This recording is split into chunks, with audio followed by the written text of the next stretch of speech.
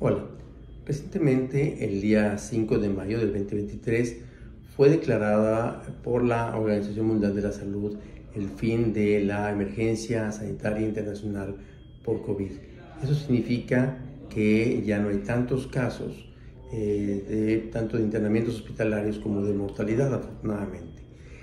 Recordemos que esta emergencia sanitaria internacional duró poco más de 3 años, inició el 30 de enero del 2020 y, como les digo, acaba de cerrarse el 5 de mayo del 2023.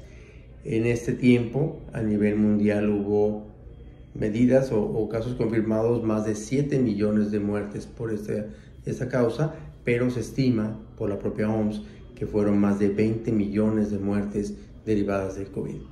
En México, en nuestro país, el número de contagios fueron 7,5 millones de personas confirmadas y seguramente muchísimas más por aquellos que no se hicieron pruebas o que las pruebas no lo confirmaron del todo. Y la mortalidad, si bien oficialmente son 330,000 casos, las mismas autoridades consideran por los datos de exceso de mortalidad que fueron cerca de 800,000 muertes derivadas de COVID en este periodo de tiempo. Estamos hablando de que 1 de cada 150 habitantes de nuestro país falleció por COVID durante este periodo de tiempo.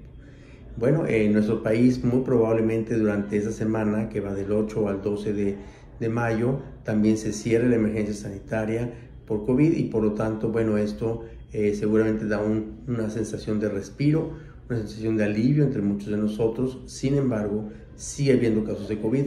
Cada semana seguimos viendo casos de COVID. En estos últimos días se han incluso incrementado ligeramente y por lo tanto hay que estar pendientes de algunos detalles.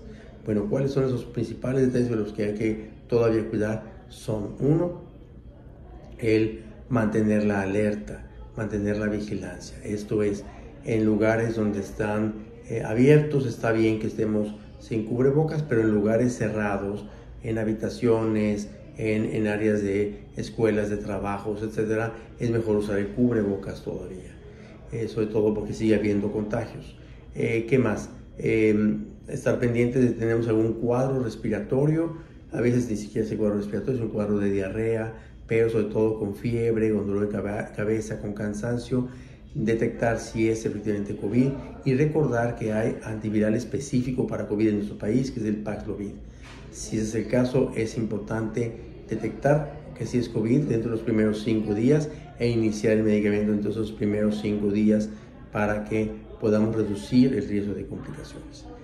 Por otra parte, personas con mayor riesgo de complicaciones, esto es, mayores de 50 años, aquellos que tienen o viven con diabetes, hipertensión, sobrepeso, obesidad, enfermedades del corazón, de los pulmones, pues hay que tener mucho más cuidado de eso.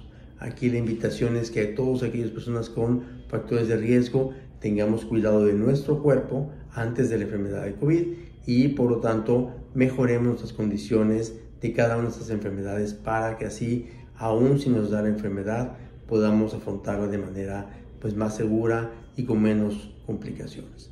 Por otra parte, si nos dio COVID, pues hay que hacernos el chequeo post-COVID y sobre todo el considerar algunas complicaciones del COVID largo o long COVID que se han presentado en millones de personas en todo el mundo y que modifican nuestra forma de vida, modifican nuestra forma de enfrentarnos ante las diferentes enfermedades y modifican nuestra vida social y vida laboral también por las limitaciones que dejan. Es importante checarlo, es importante vigilarlo. Y por último, pues tratar de tener acceso a las vacunas. Actualmente las vacunas se están aplicando en los países del primer mundo cada 6 meses, porque la protección que dan es aproximadamente de 4 a 8 meses, por eso se ha considerado que 6 meses es el tiempo de renovarlas. Y bueno, eso en nuestro país por ahora no se ha logrado, pero esperemos que al terminar la emergencia vuelva a haber vacunas, haya vacunas, digamos, disponibles para toda la población o por lo menos se puedan comercializar para que aquellos que tengan la capacidad de conseguirlas pues puedan hacerlo y tener una mayor protección, sobre todo aquellos con factores de riesgo como he comentado. Así es que alegrémonos, qué bueno que ya no es una emergencia sanitaria, pero no bajemos la guardia, no dejemos de cuidarnos, no dejemos de usar el cubrebocas en lugares cerrados, no dejemos de cuidar nuestro organismo para tener las mejores condiciones posibles y en caso de contagio tratarnos con el antiviral específico y vigilar las consecuencias. Gracias.